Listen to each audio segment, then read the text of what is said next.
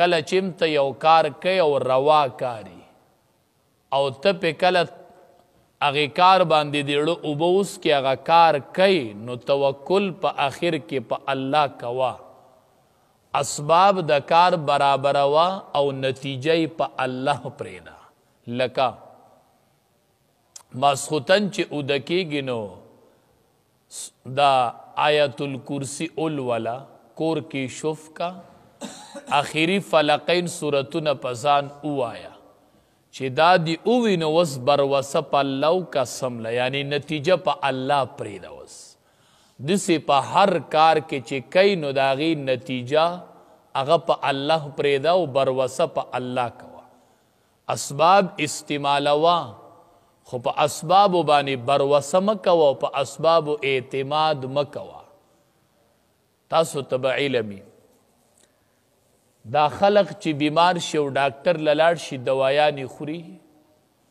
نو که دوی د دې دوایانو سره یوه بله خبره په ځان لازم کړه نو دا دوایي به یې دله ډېر زر صحت ورکړي چې کله دی دا ګولۍ خوري نو چې دی ووایي چې یا الله ته شفا ورکوونکې او ما له دې کې شفا ور واچوه ګولۍ وخوري نو بروسه په الله وکړه چې ښه کوي به مې الله او دا ګولۍ چې دي نو دا سبب دی دا اسباب دي نو که دا عقیده زمونږ جوړه شوله نو دې دوایانو کې به هم الله د شفا اثر ور واچي او دا به مونږ دپاره د شفا ذریعه وګرځي خو زمونږ ذهن دې ته نه ځي چې بروسه په الله پکار ده شفا چې دې دوایانو کې ورچوي نو دا پکې الله ورچوي نو داسې چې هر کار کوو نو بروسه به په الله کوو اسباب به استعمالو ګورئ اسباب به استعمالو او ورپسې به بروسه په الله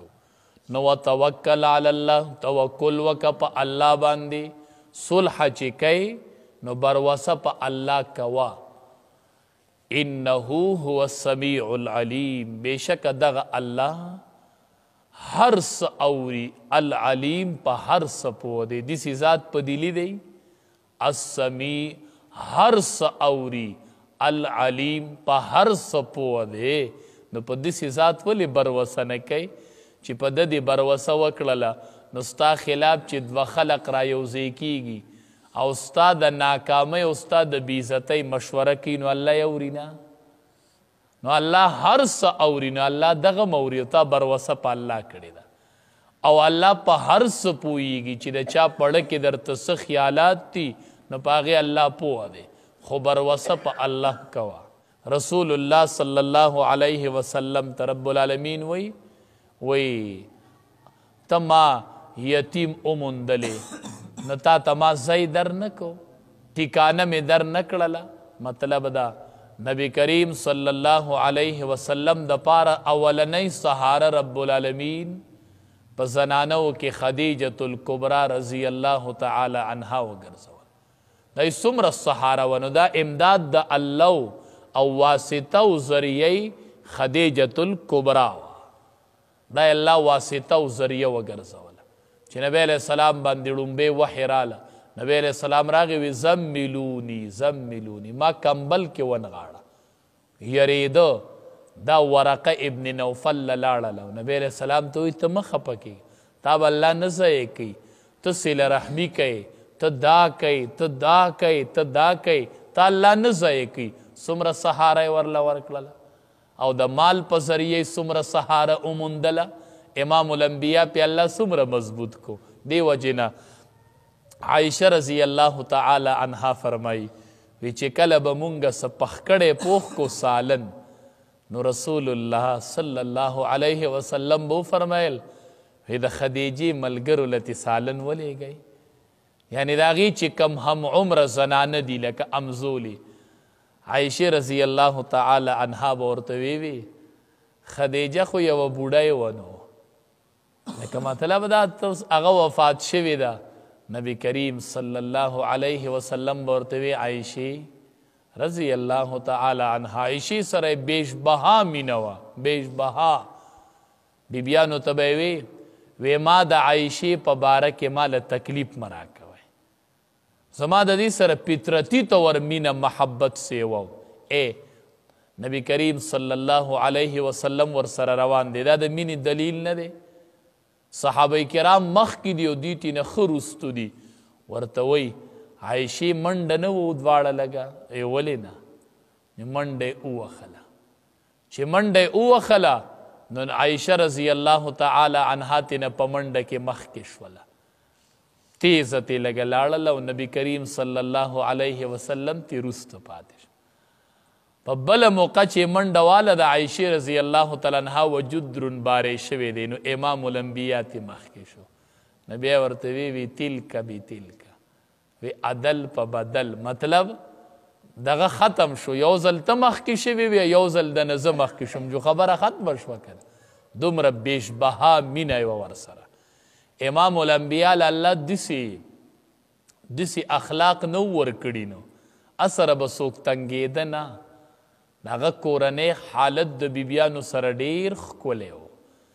دا ګورئ اخلاق نه دي.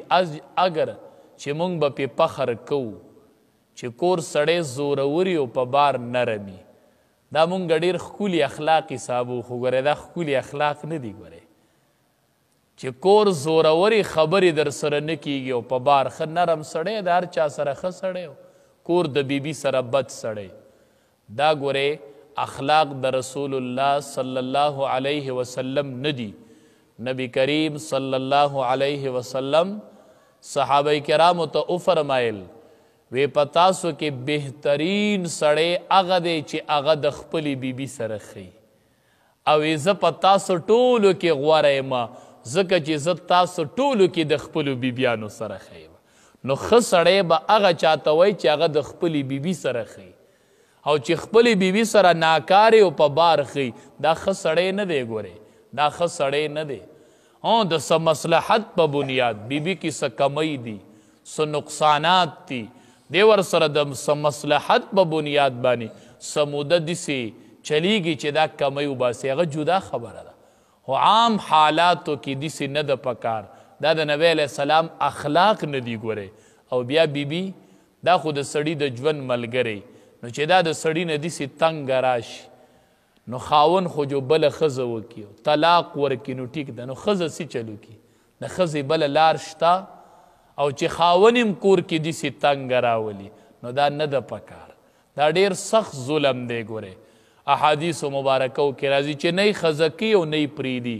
دا بدترین ظلم دی. ګورئ دا کورونو کې بیبیانو ډېرو سره شروع دی، نه یې ښځه کوي او نه یې پرېږدي، او داسې په نکاح کې تړلي، او دا ظلم ظلم ظلم. دا ظلم مه کوئ. الظلم ظلمات یوم القیامه. دا ظلم به ګورئ د قیامت په ورځ ټکې تورې تیري. بیا ګورئ تورې تیري وي، ظلم به تیري وي په ورځ د قیامت، ټکې تورې تیري وي، ټکې تورې تیري وي ظلم. ګورئ نو دې نه احادیثو کې من راغلی ده. حدیث مبارک دی، نبی کریم صلی الله علیه وسلم فرمایي وی رب العالمین وایي چې دا بیبیانې زما د عقد د لاندې ستاسو تابعداري شوي. دا بیبي چې د سړي داسې تابعداري نو دا ولي؟ دا منځ کې نکاح شوې ده که نه؟ ته تې نکاح اوچته کته، دا خو د نکاح تا ته داسې تړلې ده، ډیوټی درله دنیا ادا کوي او د کور خدمت او د کور صفایي او د بچو پرورش دا هر څه کوي. نو دا ولې؟ دا رب العالمین وایي دا زما یو عقد دی، د هغې د لاندې ستاسو تابعداري شوي. بلا خاوندان داسې دي چې بیبیانو سره ډېر ظلم کوي. بیبي هېڅ نشي ویلی، هېڅ نشي ویلی. ښځه به څه وکړي؟ خو ګورئ دا چې وایي نه نو د دې نه یریږه. ګورئ دا چې وایي نه نو د دې نه یریږه. دا ته چې ظلم کوي او دا داسې جسې چې دی، یو ورځ به چېرته الله ته لاس اوچت کړي. ګورئ اتق دعوة المظلوم، د مظلوم د خیرو نه ځان ساته. ګورئ د الله او د مظلوم د خیرو په منځ کې ګورئ بیا پرده نشته دی. نو دا ډېرې تنګې راوستي.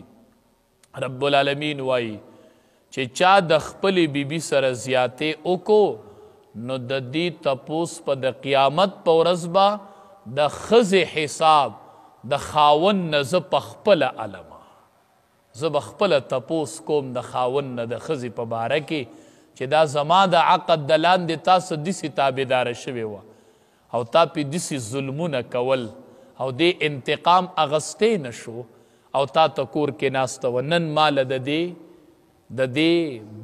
مال نن د دې حساب راکړه هلته به بیا ګورې حسابي نو نبی کریم صلی الله علیه وسلم به وی د خدیجې ملګرو لته سالن اوسئ نو عائشې رضی الله تعالی عنها ورته د الله حبیب هغه خو یو بوډای ونه نبی کریم صلی الله علیه وسلم به وی عائشې ته د قرآن حافظ دا د قرآن حافظ و هوی تا ته احادیث یاد دی خو ګورې خدیجې اول په ما ایمان راوړی او زما اول سهاره ګورې خدیجه وه زه ځکه خدیجه بار بار یادوم که تا ته د قرآن حافظ ای نو هغې په ما اول ایمان راوړی دی نو داسې سعادتونه د خدیجې هم شته دی او الواد د امام الانبیا د خدیجې نه د عایشې نه نو رضی الله تعالی عنها الواد یې تېنه پیدا دی نو هغې اول په ما باندې ایمان راوړی دی